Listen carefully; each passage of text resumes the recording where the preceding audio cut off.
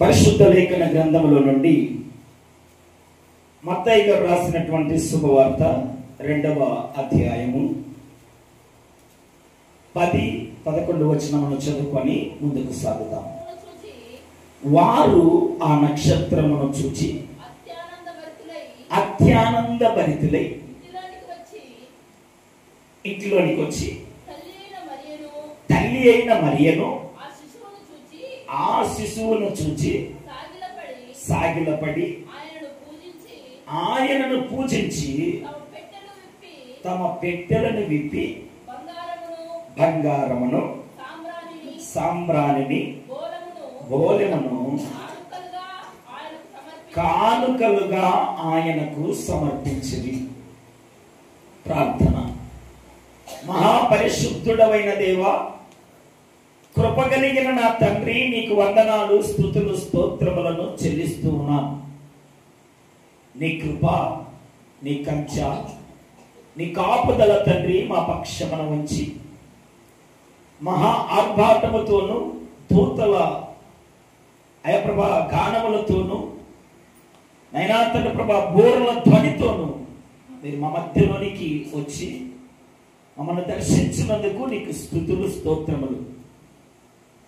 అయినా వాక్య భాగముకై నీ పాదముల దగ్గరికి వస్తూ ఉండగా నీ పరిశుద్ధాత్మ కొలిమిలో వేసి కాల్చి పుటము వేసి నీ చక్కనైన మాటలు తేటగా మాట్లాడు సాధనముగా మీరు వాడుకోమని, వినగలిగిన చెవిని గ్రహించు హృదయమును దయచేసి మీరే మహిమ పొందమని యేసు నామమున అడుగుచున్నాము తండ్రి, ఆమేన్.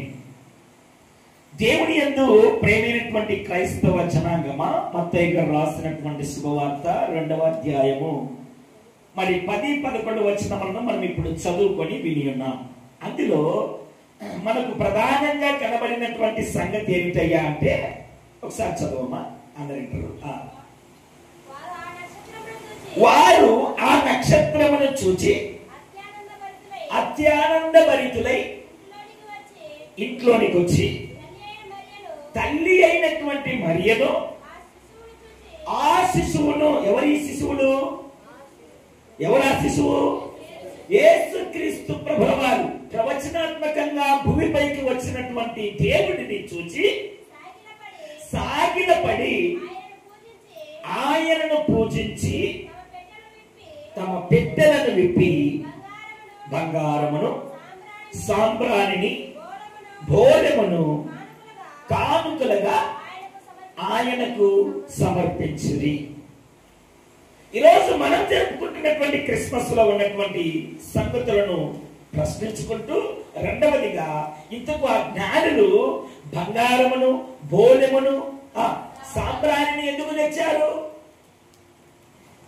బంగారమును వెండిని తేవచ్చు కదా,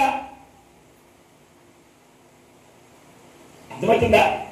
బంగారమును వెండిని లేకపోతే వజ్రాలను వైడ్యూర్యాలను లేకపోతే ఇంకొకటి ఇంకా విలువ కలిగినటువంటి బంగారం కంటే ఇంకా గొప్పవి లేవా? ఉన్నాయి. డైమండ్ ఇవన్నీ తేవచ్చు కదా, అవి రాళ్ళు.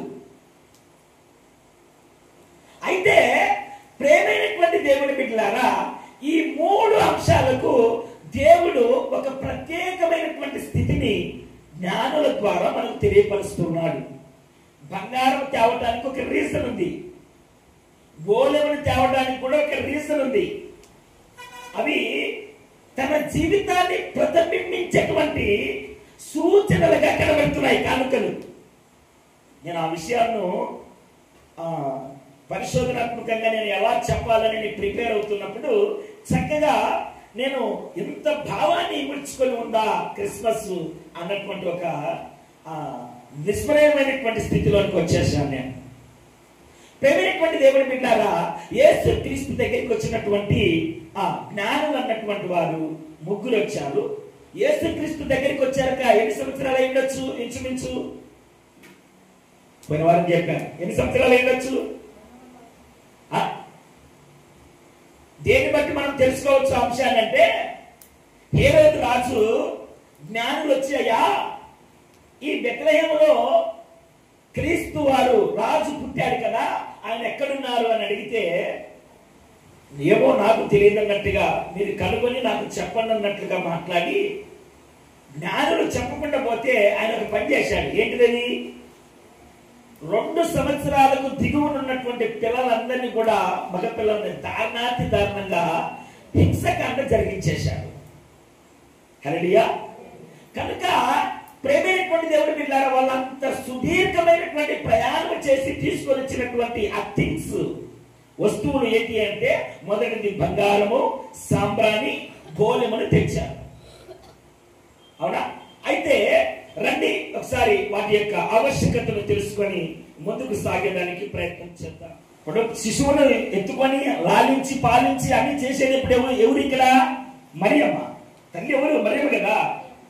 కానీ వీళ్ళు తెచ్చిచ్చింది మరియమ్మ గారు తెచ్చిచ్చింది. ఎవరికి తెచ్చిచ్చారు చెప్పాలి? ఎవరికి తెచ్చిచ్చారు?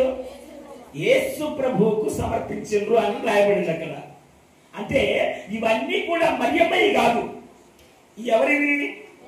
యేసుక్రీస్తు ప్రభుల వారికి. మరి వాటికి ఉన్నటువంటి ఆ వాస్తవికతను మనం తెలుసుకొని ముందుకు సాగడానికి ప్రయత్నం చేద్దాం. మొదటిది ఏంటి? బంగారము. మొదటిది ఏంటైనా బంగారము. ఎందుకు బంగారమును తెచ్చిచ్చారు అన్నటువంటి దాన్ని నేను ఇప్పుడు చెప్తున్నాను. బంగారము దేనికి ప్రతీకగా కనబడుతుంది అంటే, రాజరికానికి ప్రతీకగా కనబడుతుంది. ఏంటంటే రాజరికానికి ప్రతీకగా కనబడుతుంది. మీరు పాతకాలపు నాటికలు అవన్నీ చూసినట్లయితే కొన్ని పాత్రలను, రాజరికపు పాత్రలు వేసేటువంటి వారు అవి డమ్మీవైనా సరే బంగారు కలర్ లో ఉన్నటువంటివి కిరీటాలు పెడతారు, ఇంకా కవచాలు ధరిస్తారు. అవునా కదా? ఎందుకని? రాజరికపు స్థితిని తెలియపరిచేటువంటిది బంగారం. ఇక్కడ యేసుక్రీస్తు ప్రభుల వారి దగ్గరికి బంగారం తీసుకురావడానికి గల కారణం ఏంటంటే, ఆయన రాజు ఉన్నాడు అని సూచిస్తున్నారు. ఆయన సర్వభూమికి మహారాజు ఉన్నాడు. ఎవరైనా యేసుక్రీస్తు ప్రభుల వారు. వాళ్ళు ఆ బంగారం తీసుకొని రావటం వలన ప్రతిబింబిస్తున్నటువంటి అంశం ఏంటిది అంటే, ఈయన రాజు. హల్లెలూయా. యేసుక్రీస్తు ప్రభుల వారు ఎవరు? ఏ దేశానికి? భారతదేశానికా? అమెరికా దేశానికా? లేకపోతే పాకిస్తాన్ దేశానికా? ఏ దేశానికి? వాక్యం కరాఖండిగా చెప్తున్నటువంటి సంగతి ఏమిటంటే, ఈయన సర్వలోకానికి మహారాజు. ఉత్తరాజు కాదు, రాజులకే రాజు, మహారాజు. యేసుక్రీస్తు ప్రభుల వారు ఏమని భావించారు? వీళ్ళు బంగారం తీసుకురావడానికి గల కారణం ఏంటి అంటే, ఈయన రాజు కాదు, రాజులకు రాజు, మహారాజు యేసుక్రీస్తు ప్రభుల వారు. సర్వభూమికి, ఏమంటే సర్వభూమికి రాజు అయినాడు. ఇప్పుడు నేను చెప్పినటువంటి పేర్లు కలిగినటువంటి అన్ని దేశాలు దేని మీద ఉన్నాయి? భూమి మీదనే కదా. నేను చెప్తున్నటువంటి దేశాలన్నీ కూడా మన పక్కలో ఉన్నటువంటి దేశాలే.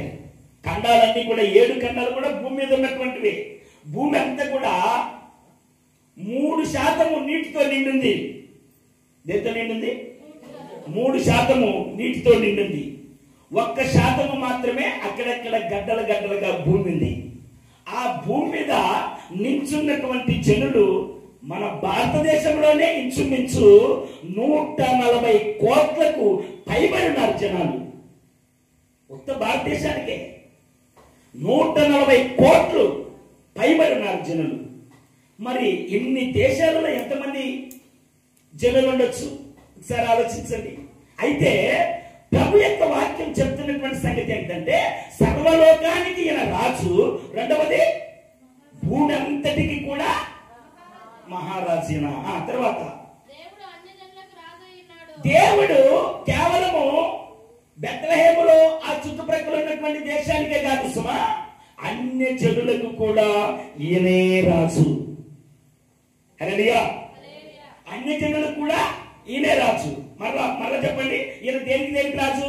మొదటిది సర్వలోకానికి రాజు, రెండవది భూమి అంతటికి రాజు, మూడవది అన్యజనులకు.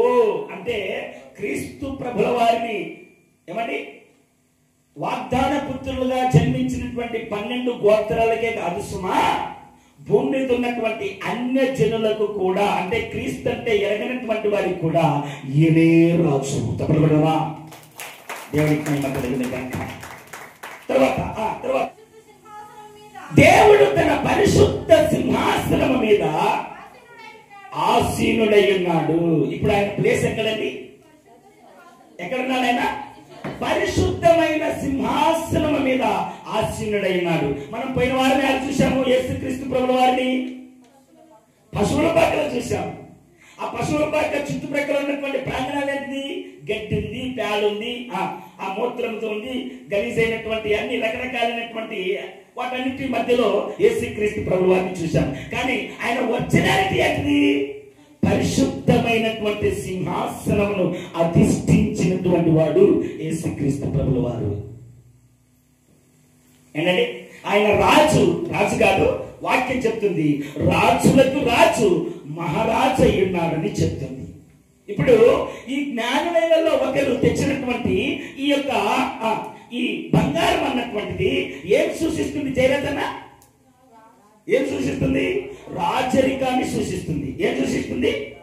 రాజరికాన్ని సూచిస్తుంది. ఈ రాజరికము ఏం రాజరికం అయ్యా అంటే, ముందులో కంటే ఉన్నటువంటి సర్వలోకానికి ఆయన రాజు, రెండవది భూమి మీద ఉన్నటువంటి అంతటికి రాజు, మూడవది అన్య జనులకు కూడా ఈయనే రాజు. హల్లెలూయా చెప్పగలిగా హల్లెలూయా. కనుక ప్రేమైనటువంటి దేవుడి బిడ్డలారా, రాజరికాన్ని సూచిస్తున్నటువంటి సంగతిని మనము చూస్తున్నాం. అందుకే తిమోతికి రాసినటువంటి మొదటి పత్రిక 6వ అధ్యాయము 15వ వచనంలో చక్కగా ప్రభు మాట్లాడిస్తున్న ఆయన ఎలాంటి వాడంట? ఇందాక పోయిన వారం మనము ఎక్కడ చూసాము? ఆ పశువుల పాకలో నిలవటానికి కూడా స్థలం లేనటువంటి స్థితిలో చూసాం. అందుకే కొంతమంది యేసుక్రీస్తు యొక్క మహిమ తెలియనటువంటి వారు ఏమంటున్నారంటే, సిలువకు కొట్టబడినటువంటి క్రీస్తు మేకులు పీక్కోలేకున్నాడు అంటున్నారు. దానికి కారణం ఏంటంటే, ఆయన యొక్క ప్రభావము ఒక కాయను మాత్రమే చూశారు, రెండో కాయన వైపు ఉన్నటువంటి మహిమ ఇది. ఆయన ఏంటిదంటే శ్రీమంతుడు. హల్లెలూయా. ఎవరైనా శ్రీమంతుడు. తర్వాత సర్వాధిపతి దేవునికి మహిమ కలుగును గాక. ఆయన ఏంటంటే శ్రీమంతుడు అండి. ఆయన అద్వితీయుడు, నా రాజు, మహారాజు యేసుక్రీస్తు ప్రభుల వారు. మీరు అనుకుంటున్నటువంటి ఏమని గత్యంతరం లేక పశువుల బాగులో పుట్టలేదు. వింటున్నారా? జ్ఞానులు సూచిస్తున్నటువంటి సంగతి, ఆయన రాజు, రాజులకు రాజు, మహారాజు అయినాడు. కేవలం ఒక బంగారములకు ఉన్నటువంటి ఆ స్థితిని ఏం సూచిస్తుందంటే, ఆయన రాజుగా ప్రతిబింబిస్తుంది. నీ కుటుంబంలో రాజు ఎవరు? యేసుక్రీస్తు ప్రభుల వారు. నీ కుటుంబానికే కాదు, నీ గ్రామానికే కాదు, నీ మండలానికే కాదు, నీ జిల్లాకే కాదు, నీ యొక్క రాష్ట్రానికే కాదు, నీ దేశానికే కాదు, సర్వ భూమికి, సర్వలోకములకు, అన్ని జనులకు రాజు. ఆయన కూర్చున్న సింహాసనం ఏంటిది? మహిమ కలిగిన పరిశుద్ధ సింహాసనం. ఆయన గుణ లక్షణాలు చూడండి. ఆయన శ్రీమంతుడును, అద్వితీయుడును, సర్వాధిపతి, అన్నిటికీ అధిపతి ఆయనే. వింటున్నావా? అన్నిటికీ అధిపతి ఆయనేనండి. ఆ సర్వాధిపతి రాజులకు రాజును, ప్రభువులకు ప్రభువునై ఉన్నాడు. దేవునికి స్తోత్రం కలుగును గాక. క్రీస్తు ప్రభుల వారు ఏమైనారు? రాజులకు రాజు, ప్రభువులకు ప్రభువు అయినాడు. ఆయన శ్రీమంతుడును, అద్వితీయుడును, పరిశుద్ధ సింహాసనమును అధిరోధించినటువంటి వాడు. హల్లెలూయా చెప్పగలిగా హల్లెలూయా. మరి మీరు అనొచ్చు, ఏంటయ్యా 2 వాక్యాలు నువ్వే చెప్తున్నావు, పోయిన వారమేమో పశువుల బాటలో పడుకున్నారని అన్నారు. పాపం ఆయనకు తలవాల్చడానికి తల్లి మరియ ప్రసవించడానికి స్థలం లేదన్నారు. ఏమండి, పాపం కఠినమైన స్థితిలో తల్లిలో ఉన్నారన్నారు. ఇప్పుడేమో అలాగే చెప్తున్నారు. హల్లెలూయా. ఎందుకయ్యాడో తెలుసా? అంత మహిమ కలిగినటువంటి రాజులకు రాజైనటువంటి మహారాజైనటువంటి యేసుక్రీస్తు ప్రభుల వారు ధనవంతులుగా చేయుటకై దారిద్ర్యతను అనుభవించినాడు. హల్లెలూయా. ఎవరిని? నిన్ను ధనవంతమైనటువంటి స్థితిలోనికి రావటానికి మీరు ధనము అంటానే పొరపాటున డబ్బు, వెండి, బంగారం కాడికి వెళ్ళమాకండి. ఆ ధనం గురించి కాదు మాట్లాడేది ఇక్కడ. ఈ లోక ధనం నశించిపోతుంది, కానీ పరలోకపు ధనము నశించిపోనటువంటిది. ఆ ధనమును సమకూర్చడానికి ఆయన దరిద్రుడిగా ఈ లోకానికి వచ్చాడు. హల్లెలూయా. బలము లేనటువంటి వ్యక్తిగా, అధికారము లేనటువంటి వ్యక్తిగా, సింహాసనము లేనటువంటి వ్యక్తిగా. ఏంటండి? అందుకే మాట రాయబడింది, ఒక మాట రాయబడింది, తండ్రి కుడి పార్శ్వమున కూర్చొని ఉండుట ఎంచబడని భాగ్యమని తలంచగా తనను తాను రిక్తునిగా చేసుకొని, అంటే తగ్గించుకొని భూమిపైకి వచ్చాడు. సభలో దేవునికి మహిమ కలిగిన గాక. ఏంటండి?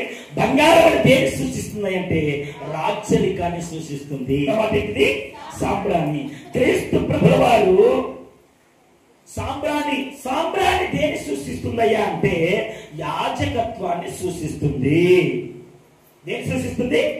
యాజకత్వాన్ని. అంటే యేసుక్రీస్తు ప్రభుల వారు భూమిపైకి వచ్చిన కారణం ఏంటిది అంటే తండ్రి కుమారులను ఏక మనస్సుగా, అంటే దగ్గర చేర్చడానికి మధ్యవర్తిగా యేసుక్రీస్తు ప్రభువు వారు వచ్చారు. చెప్పగలమా?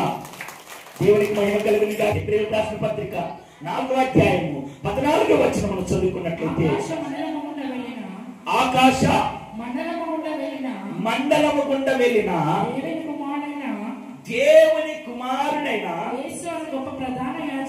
యేసు అను ఒక గొప్ప ప్రధాన యాజకుడు మనకు ఉన్నాడు. హల్లెలూయా. చెప్పరే హల్లెలూయా. ఇప్పుడు ఇందాకలేమో రాజులకు రాజు మహారాజుగా చెప్పాము, బంగారము మహారాజుగా సూచిస్తుంటే ఈ సాంబ్రాన్ని ఏం సూచిస్తుంది అంటే యాజకులలో ప్రధాన యాజకుడిగా సూచిస్తుంది. అందుకే భక్తుడు చక్కగా రాయిస్తూ మనకు ఒక ప్రధాన యాజకుడు కలిగి ఉన్నారు అని సూచిస్తుంది. ఈరోజు నా ప్రేమైనటువంటి దేవుని బిడ్డలారా, నీవు యాజక ధర్మాన్ని, యాజక స్థితిని, అంటే తండ్రికి కుమారునికి మధ్య ఉన్నటువంటి డిస్టెన్స్. ఏమండి? తండ్రి నువ్వు ప్రార్థన చేస్తే వినకుండా ఉండటానికి ఆయన చెవులు మందంగా లేవు, ఆయన నీకు ఇవ్వకుండా ఉండటానికి ఆయన చేతులు కురుచుగా లేవు. కానీ నీకు వస్తలేదు. కారణం ఏంటి? నీకు ఆయనకు మధ్య పాపం అన్నటువంటి అడ్డుగోడ వినిపించనంత దూరంగా ఉన్నది. ఆ పాపం అన్నటువంటి అడ్డుగోడ అన్నటువంటిది వెళ్ళాలంటే, తండ్రి కుమారుని ఏకం చేయాలంటే ఇప్పుడు ఏం చేయాలి? మధ్యవర్తి కావాలి. ఆ మధ్యవర్తిగా వచ్చినటువంటి వాడు ప్రధాన యాజకుడు యేసుక్రీస్తు ప్రభువు. హల్లెలూయా. చెప్పాలి హల్లెలూయా. తండ్రి కుడి పార్శ్వమున కూర్చొని ఉండుట ఎంచబడిన భాగ్యమని తలంచగా తనను తాను రిక్తునిగా చేసుకొని తండ్రి కుమారులను ఏకం చేయడానికి ఏం చేశాడు? యాజకుడిగా, మధ్యవర్తిగా భూమిపైకి దిగి వచ్చాడు. వాళ్ళు జ్ఞానులండి. వాళ్ళ పేరే జ్ఞానులు రాయబడింది. వాళ్ళ పేర్లు రాయడు అక్కడ. ఏమని రాయబడింది? జ్ఞానులు అంటే తెలియగలిగినటువంటి వాళ్ళు. వాళ్ళు ఇస్తున్నటువంటి ప్రతి కానుక దేవుని యొక్క మహిమను కనబరుస్తూ ఉంది. రోమపత్రిక 8వ అధ్యాయము 33-34 వచనాలు. దేవుని చేత ఏర్పరచబడిన వారి మీద నేరము మోపబడిన వాడెవడు? నీతిమంతులుగా తీర్చువాడు దేవుడే. శిక్ష విధించువాడెవడు? చనిపోయినటువంటి క్రీస్తు యేసే. అంతేకాదు ఇందాకలేమన్నాము, రాజీ పరుస్తున్నాడు అన్నాడు కదా. ఆ రాజీ ఒకవేళ తప్పితే, సరైన క్రమం లేకపోతే, జాగ్రత్తతో కూడిన ప్రవర్తన లేకపోతే శిక్షించేది కూడా ఈయనే. ఏంటన్నారా? నేను బతిమలాడి బుచ్చగించి, అమ్మా రక్షణ తీసుకోమ్మా, అయ్యా రక్షణ తీసుకోయ్యా, అయ్యా పాపాలను ఒప్పుకోండి అయ్యా, అయ్యా జాగ్రత్తగా జీవించండి అని బ్రతిమలాడి, అయ్యా పాపం తెలియక చేసిందిలేయ్యా, అయ్యా అయ్యా ఏమనుకోవట్లయ్యా అని ఇద్దరిని సమాధాన పరుస్తుంటే, ఆయనేమో నశించిన దానిని వెతికి రక్షించడానికి భూమిపైకి వస్తే నువ్వు నాశనానికే పాత్రలమైతానంటే తర్వాత గోవల జరుగుతుంది కూడా ఆయనేనంట. వింటున్నారా? తర్వాత కూడా ఆయనేనంట. తర్వాత మృతులలో నుండి లేచిన వాడు, దేవుని కుడిపార్శ్వమున ఉన్నవాడును, మన కొరకు విజ్ఞాపన చేయవాడు కూడా ఆయనే. హల్లెలూయా. ప్రేమైనటువంటి దైవ జనాంగమా, సర్వోన్నతుడైన దేవుడు మాట్లాడుతున్నటువంటి చక్కనైన మాటలు జాగ్రత్తగా పరిశీలించండి.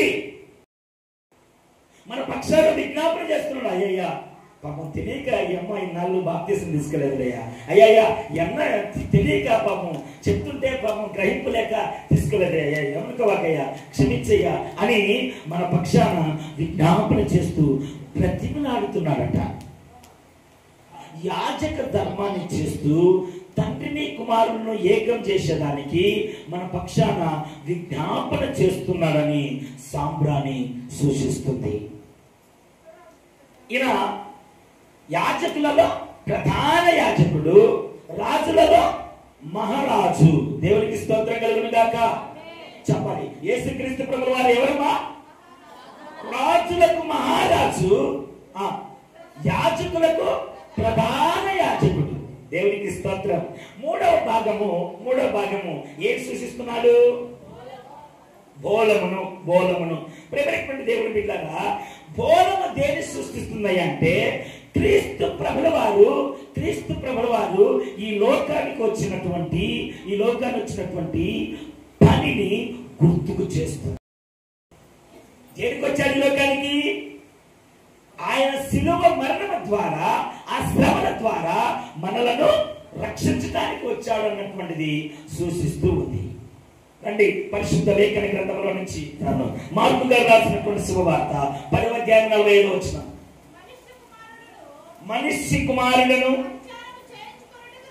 పరిచారము చేయించుకోవటానికి రాలేదు గాని పరిచారము చేయుటకును అనేకులకు ప్రతిగా విమోచన క్రయధనముగా తన ప్రాణమును ఇవ్వటానికి వచ్చాడు. చెప్పగలుగుతామా?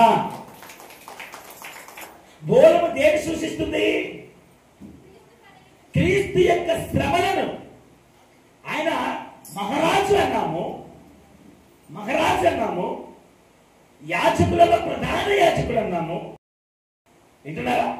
రాజుకు ఉత్త ఎమ్మెల్యేకు ఎంతమంది సెక్యూరిటీ దాంట్లో అన్నం చేసే వాళ్ళు ఒక పక్క, వాల్ పోస్టులు అంటించే వాళ్ళు ఒక పక్క, బ్యానర్లు అంటించే వాళ్ళు ఒక పక్క, ఫిట్ చేసే వాళ్ళు ఒక పక్క, కంప్యూటరైజింగ్ చేసే వాళ్ళు ఎంతమంది అంటారు. ముఖ్యమంత్రికి అయితే ఇంకా కొద్దిగా ఎక్కువ ఉంటుంది, ప్రధానమంత్రికి అయితే ఇంకా కొద్దిగా ఎక్కువ ఉంటుంది. అవునంటారా కాదంటారా? అవునా కదా? మరి ఈయన రాజులకే మహారాజు అన్నాం కదా, మరి ఈయనకి ఎంతమంది పరిచయం చేయాలి? కానీ ఆయన చెప్తున్నటువంటి సంగతి ఏంటంటే, మనిషి కుమారుడు అనగా యేసుక్రీస్తు ప్రభువు వారు పరిచారము చేయించుకోవటానికి రాలేదు. ఈయన వచ్చింది దేనికోసమే అంటే పరిచర్య చేయటానికి వచ్చాడు అని మాట్లాడుతూ, ఆ పరిచర్య ఏంటిది అన్నటువంటి ప్రశ్న వేసుకుంటే ఆయన మాట్లాడుతూ చెప్తున్నటువంటి సంగతి, అనేకులకు ప్రతిగా, నీ కోసం నా కోసం అనేకుల కోసము మనకు ప్రతిగా అంటే మన స్థానంలో ఆయన విమోచన క్రయధనం అంటే మనం విమోచించబడాలంటే, తప్పించబడాలంటే మనం రుసుము కట్టాలి, డబ్బు కట్టాలి. ఏంటంటే డబ్బు కట్టాలి. మనం తప్పిదం చేసినాము, నష్టం జరిగింది. ఇప్పుడు 2 కార్లు పోతున్నాయండి. ఒక కారు మామూలుగా వాడి పద్ధతిలో వాడు పోతుంటే రెండో వాడు వచ్చి కొట్టిండు దాన్ని. ఇప్పుడు ఏం చేస్తారు? ఆ కొట్టిన వాడి చేత నష్టాన్ని కట్టించుకుంటారు. ఇప్పుడు మనము నష్టం చేసింది మనము, మరి ఆ మూల్యం కట్టాలి కదా, కట్టాలా లేదా? ఆ కట్టేది ఏం కట్టిస్తున్నాడు అంటే ఆయన చెప్పండి మాటలు. అనేకులకు ప్రతిగా విమోచన క్రయధనముగా తన ప్రాణముని ఇవ్వటానికి వచ్చాడు. చెప్పగలమా? దేవునికి మహిమ కలుగును గాక. ఏంటండి ఆయన వచ్చింది ఊరికే ఏదో చిల్లా చిత్తుగా మామూలు పేర్లు ఉంటుంది కథ కాదండి. వాళ్ళు తెచ్చిన జ్ఞానులు తెచ్చినటువంటి ఆ కానుకల యొక్క భావం చూడండి ఎంత గొప్పలైనటువంటి మహిమ కలిగినటువంటి స్థితిని వివరిస్తుందో. మొదటిదేమో రాజులకు రాజు మహారాజుగా బంగారమును సూచిస్తుంది. ఆ తర్వాత సాంబ్రాణి యాజకులలో ప్రధాన యాజకుడిగా సూచిస్తుంది. భోజము ఆయన పడుతున్న శ్రమలను సూచిస్తుంది. చివరిగా ఒక మాట చూపిస్తాను నేను. యోహాను గారు రాసినటువంటి శుభవార్తలో 18వ అధ్యాయము 1వ వచనం చదవండి. యేసు ఆ మాటలను చెప్పి తన శిష్యులతో కూడా దాటిపోయింది. అక్కడ ఒక తోట ఉండెను. దానిలోనికి ఆయన తన శిష్యులతో కూడా వెళ్ళెను. యేసు తన శిష్యులతో పలుమారు అక్కడికి వెళ్ళుచుండేవాడు కనుక ఆయనను అప్పగించి యూదాకును ఈ స్థలమా తెలిసి ఉండెను. దేవునికి మహిమ కలుగును గాక. అలాగ వచ్చినటువంటి క్రీస్తు ప్రభుల వారు ఎవరి కోసం వచ్చారు? ఆయన మన కోసం వచ్చారు. మన కోసం వచ్చినటువంటి క్రీస్తు ప్రభుల వారిని మనం ఏం చేస్తున్నామంటే విమోచన క్రయధనం ఆయన చెల్లిస్తుంటే మనం ఆయనను శిలువ శ్రమలకు అప్పగించేటువంటి వారిగా కనబడుతున్నాము. ఏమండి వింటున్నారా? ఆయన అప్పగించేటువంటి స్థితిలో ఉన్నాము. అందుకే ఆనాడు యూదులు అన్నటువంటి వారు ఆయన ఒకమారు శిలువ వేస్తే మనము పలుమార్లు శిలువ వేస్తున్నాం. ఆయన పట్టించడానికి ఈ యూదాకు ఆ స్థలము ఆ తావరం తెలుసు. వీళ్ళు ఏడాడ కూడుకొని ఉంటారా అని. ఈనాడు లోకానికి కూడా తెలుసు. క్రైస్తవులు అంటారు సంఘంలో అంటారు, మందిరంలో ఉంటారు. ఇప్పుడు పలానాయన ఏడుంటాడు. ఇప్పుడు ఇందాక ఒక బ్రదర్ వచ్చాడు. ఎవరి కోసం? కన్నయ్య కోసం. ఈరోజు ఏమో ఇంటికి వెళ్ళిపోయారు. ఇంటికి వెళ్ళిపోయి చూస్తే ఈరోజు వీళ్ళు వింటారుగా. ఏమంటారు వీళ్ళు? ఈరోజు ఆదివారం కనుక ఏమంటారు? మందిరంలో ఉంటారు. అది తెలిసినటువంటి అపవాది గాడు వచ్చి మందిరంలో నుంచి ఈడ్చుకొని పోతున్నాడు.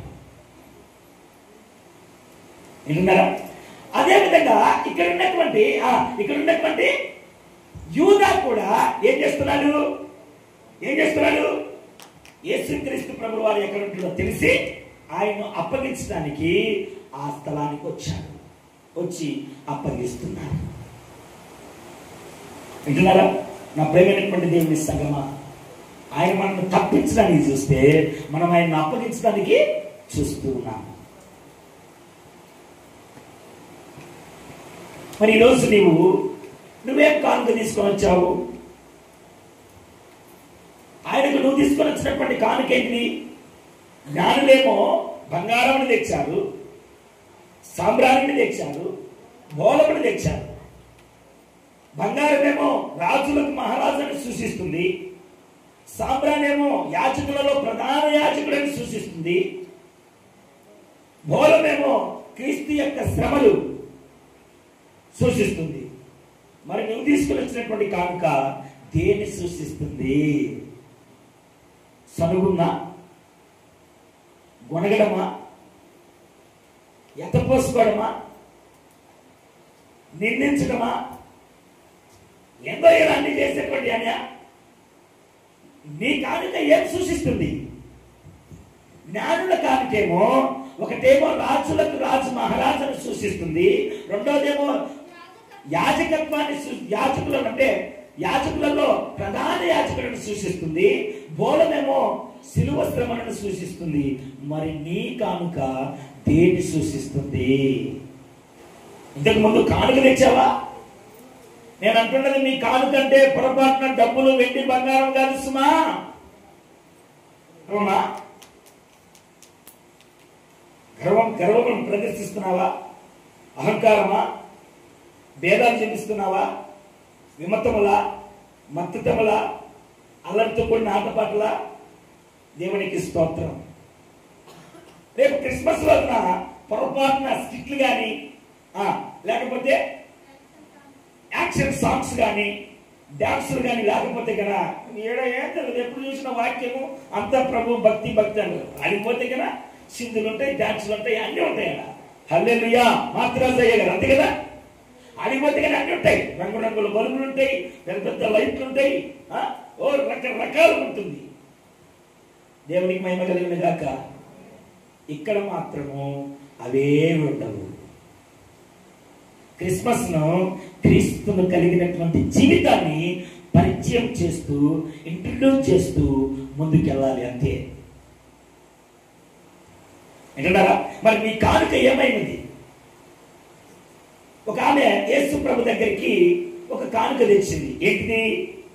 అత్తరు. ఏం తెచ్చింది? అత్తరు తీసుకొని వచ్చింది. అత్తరు తీసుకొని వచ్చి ఏం చేసింది ఆమె? యేసు ప్రభు యొక్క పాదాలను తన కన్నీటితో కడిగింది. ఒక్కసారి ఆలోచించారా? యేసు ప్రభు పాదాలు కలిగేంత కన్నీరు, పాదాలు కడగడం కన్నీటితో కడగడం అంటే మామూలు మాటల. ఎంత ఏడ్చితే తన బాధను ఎంత వ్యక్తపరిచితే ఎన్ని బాధలతో ఉన్నదో పాపం కదా. ఆ బాధనంతటి వ్యక్తపరిచి పాదాలను కడిగి ఇప్పుడు ఏం చేస్తుంది?